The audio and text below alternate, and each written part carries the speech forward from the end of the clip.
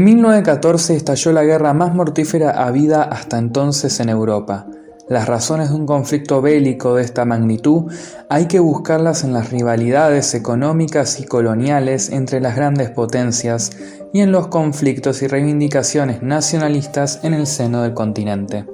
La Primera Guerra Mundial enfrentó a dos bloques de países, los aliados que formaban la Triple Entente, Francia, Inglaterra y Rusia, a los que se unieron entre otros Bélgica, Italia, Portugal, Grecia, Serbia, Rumanía y Japón, y las potencias centrales de la Triple Alianza, el Imperio Alemán y el Imperio Austrohúngaro, apoyados por el Imperio Otomano.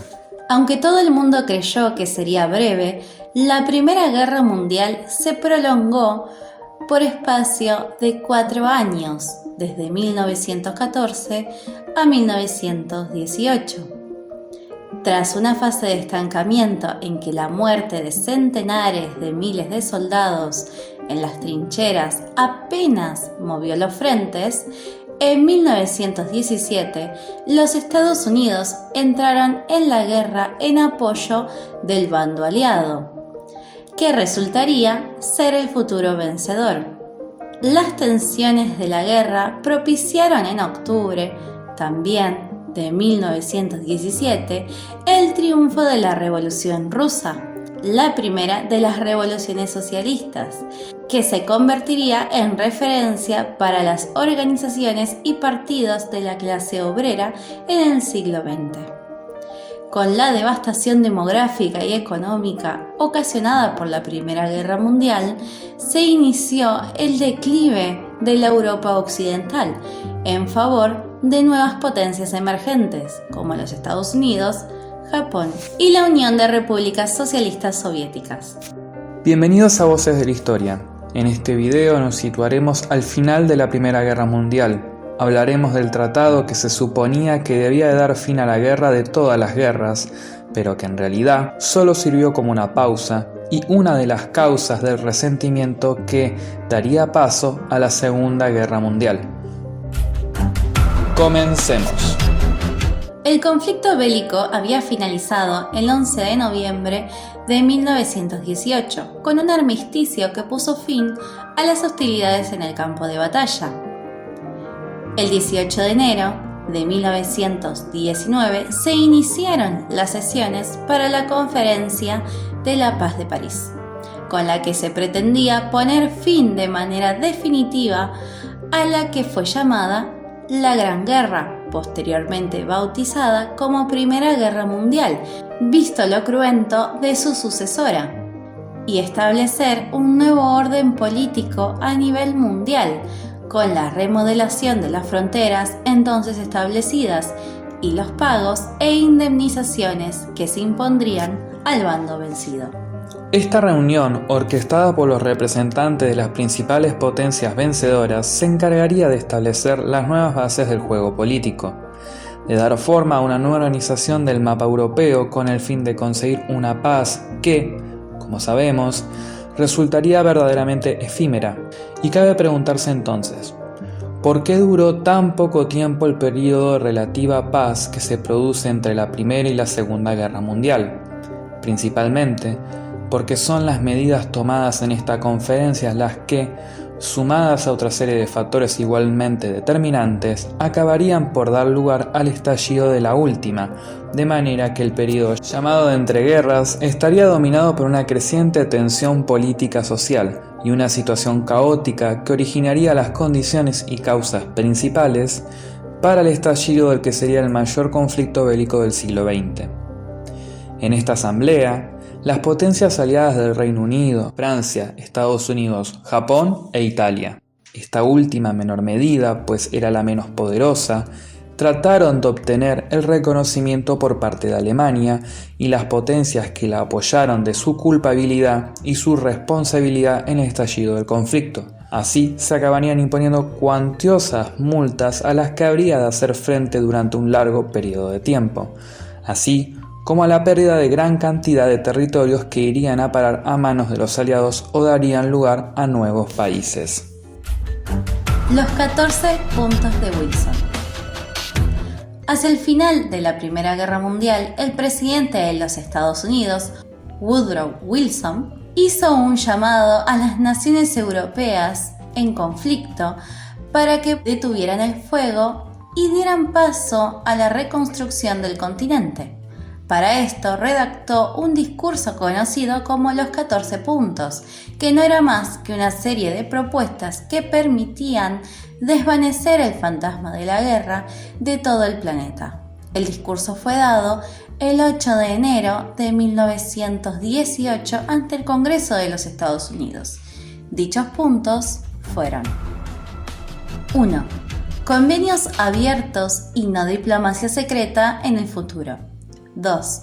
Absoluta libertad de navegación en la paz y en la guerra fuera de las aguas jurisdiccionales, excepto cuando los mares quedasen cerrados por un acuerdo internacional. 3. Desaparición, tanto como sea posible, de las barreras económicas. 4. Garantías adecuadas para la reducción de los armamentos nacionales. 5. Reajuste absolutamente imparcial de las reclamaciones coloniales, de tal manera que los intereses de los pueblos merezcan igual consideración que las aspiraciones de los gobiernos, cuyo fundamento habrá de ser determinado, es decir, el derecho de la autodeterminación de los pueblos. 6. Evacuación de todo el territorio ruso, dándole a Rusia plena oportunidad para su desarrollo con la ayuda de las potencias. 7. Plena restauración de Bélgica en su completa y libre soberanía. 8. Liberación de todo el territorio francés y reparación de los perjuicios causados por la Prusia en 1871. 9. Reajuste de las fronteras italianas de acuerdo con el principio de la nacionalidad. 10. Oportunidad para un desarrollo autónomo de los pueblos del Imperio Austrohúngaro. 11. Evacuación de Rumanía, Serbia y Montenegro, concesión de un acceso al mar a Serbia y arreglo de las relaciones entre los estados balcánicos de acuerdo con sus sentimientos y el principio de nacionalidad. 12. Seguridad de desarrollo autónomo de las nacionalidades no turcas del Imperio Otomano y el estrecho de los Dardánelos libres para toda clase de barcos. 13. Declarar a Polonia como un estado independiente que además tenga acceso al mar. 14. La creación de una Asociación General de Naciones a construir mediante pactos específicos con el propósito de garantizar mutuamente la independencia política y la integridad territorial, tanto de los estados grandes como de los pequeños. No obstante, el 2 de octubre de 1919, Wilson sufrió un accidente cerebrovascular que le dejó inmóvil. Este ataque le incapacitó para desarrollar su cargo presidencial y su vicepresidente, Thomas R. Marshall, no utilizó el derecho vigente para conseguir el poder, lo cual Wilson fue presidente hasta las elecciones de 1921. Durante este periodo, la consecuencia más importante fue que, al no poder ya defender Wilson el Tratado de Versalles, gran parte de estos enunciados no llegaron a concretarse. En el diseño de las nuevas fronteras, los vencedores tuvieron principalmente en cuenta razones que aseguraran el equilibrio de poderes y el logro de los objetivos particulares de las primeras potencias, antes de escuchar las voces de los pueblos sobre los que recaían sus decisiones. Con respecto a la Sociedad de las Naciones, la máxima aspiración de Wilson fue casi una cáscara vacía de contenido. El Senado norteamericano objetó el ingreso de Estados Unidos. Alemania estuvo excluida hasta 1926 y la Unión de Repúblicas Socialistas Soviéticas hasta 1934. Estas ausencias restaron consistencia a dicho organismo. La Sociedad de las Naciones carecía de autoridad para imponer sus decisiones, en primer lugar, debido a la primacía del principio de no injerencia en asuntos internos de los países soberanos.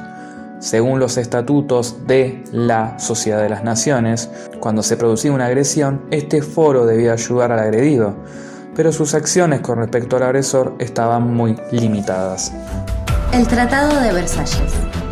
El 28 de junio de 1919, a las afueras de París, los dignatarios europeos se congregaron en el Palacio de Versalles para firmar uno de los tratados más odiados de la historia.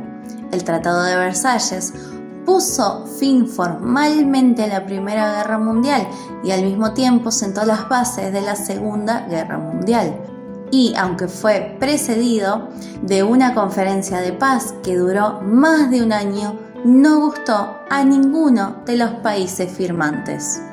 Más de 65 millones de personas habían combatido en la Primera Guerra Mundial, que se cobró la vida de más de 8,5 millones de miembros del ejército y de al menos 6,6 millones de civiles.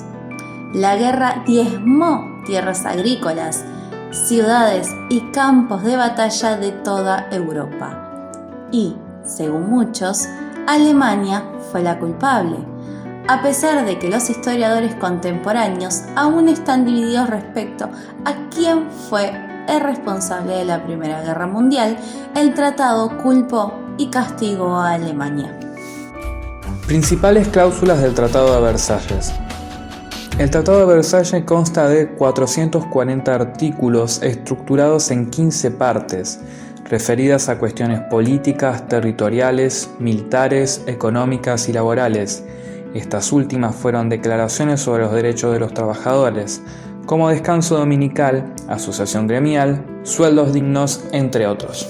Cláusulas políticas. Las cláusulas políticas del Pacto de Versalles fueron: 1. Se prohibió el ingreso de Alemania a la Sociedad de las Naciones, cuya creación había sido impulsada por el presidente Wilson. 2. Alemania y sus aliados fueron declarados como únicos responsables del inicio de la guerra y culpables de todos los daños provocados en el conflicto bélico. Cláusulas territoriales. Las cláusulas territoriales del Pacto de Versalles fueron: Alsacia y Lorena fueron restituidas a Francia, que las había perdido en 1871 tras la guerra franco-prusiana. La región de Sarre quedó bajo la administración de la Sociedad de las Naciones, que concedió su explotación económica a Francia. Eupem, Malmedy y Moresnet fueron cedidas a Bélgica. El norte de Schleswig-Holstein pasó a dominio de Dinamarca luego de un plebiscito realizado en 1920. La provincia de Posen, la Alta Silesia y la Prusia Occidental pasaron a formar parte de Polonia. Danzig y Memel fueron declaradas ciudades libres bajo la autoridad polaca y de la Sociedad de las Naciones. El valle del río Niemen quedó bajo la soberanía de Lituania. El distrito de Hustin fue entregado a Checoslovaquia. Las colonias de Togolandia y Camerún pasaron a manos de Francia y Gran Bretaña. África del Sudoeste, la actual Namibia, quedó bajo la tutela de la Unión Sudafricana. Ruanda, Burundi fueron entregadas a Bélgica, mientras que Tanganica quedó en poder del Reino Unido. La Nueva Guinea alemana quedó bajo la tutela de Australia. Las islas alemanas de la Polinesia se repartieron entre Japón y Gran Bretaña. Se prohibió todo tipo de unión política entre Alemania y Austria. Cláusulas militares. Las cláusulas militares del Tratado de Versalles fueron: las Fuerzas Armadas alemanas quedaron reducidas a 100.000 soldados y 4.000 oficiales, sin artillería pesada ni aviación. Se disolvió el Estado Mayor del Ejército alemán. Se suprimió el servicio militar obligatorio en Alemania. Se le prohibió a Alemania fabricar material de guerra. Alemania debió entregar a los países vencedores toda su flota de guerra. Se dispuso la desmilitarización de la orilla izquierda del Rin y de la región de Renania. El canal de Kiel, que une el Báltico y el Mar del Norte, quedó abierto a la navegación de todos los buques de las naciones que estuvieran en paz con Alemania. Cláusulas económicas. Las cláusulas económicas del Pacto de Versalles fueron: se creó la Comisión de Reparaciones de Guerra, que fijó el monto de la indemnización económica a pagar por Alemania en 132 millones de marcos de oro, equivalentes a unos $31.400 millones de aquel entonces. Alemania fue condenada a entregar los barcos mercantes de mayor calado y debió ceder anualmente 200.000 toneladas de nuevos buques para recomponer la flota mercante de los países vencedores. Se impuso a Alemania la obligación de entregar durante 5 años 44 millones de toneladas de carbón, 371.000 cabezas de ganado, la mitad de su producción química y farmacéutica y la totalidad de sus cables submarinos. Se dispuso la expropiación de las propiedades privadas alemanas en todos los territorios cedidos a otras naciones. Las consecuencias del tratado. Aunque existía un deseo real de paz tras la desastrosa guerra, el tratado no logró los efectos esperados. Fue socavado en poco tiempo y Hitler lo violó reiteradamente a lo largo de los años 30. Furiosos por lo que consideraban un duro diktat, una paz impuesta, los políticos alemanes de derechas utilizaron el tratado como un punto de encuentro nacionalista. Las abrumadoras reparaciones y pagos redujeron la producción industrial del país y otras fuerzas provocaron hiperinflación en los años 20, que desempeñó un papel en la inestabilidad económica de la Gran Depresión. Los líderes europeos no estaban satisfechos con el mapa redibujado de Europa y las concesiones que había hecho cada uno en nombre de una paz incómoda, ya que algunos estaban decepcionados porque Alemania no hubiera sido tratada con más dureza aún. Si te gusta este video, no te olvides de dejarle un me gusta, suscribirte y activar la campanita de notificaciones para que esta te avise cada vez que subamos un nuevo video. No se olviden de seguirnos en nuestras redes sociales como Instagram y escuchar nuestros podcasts en Anchor y Spotify.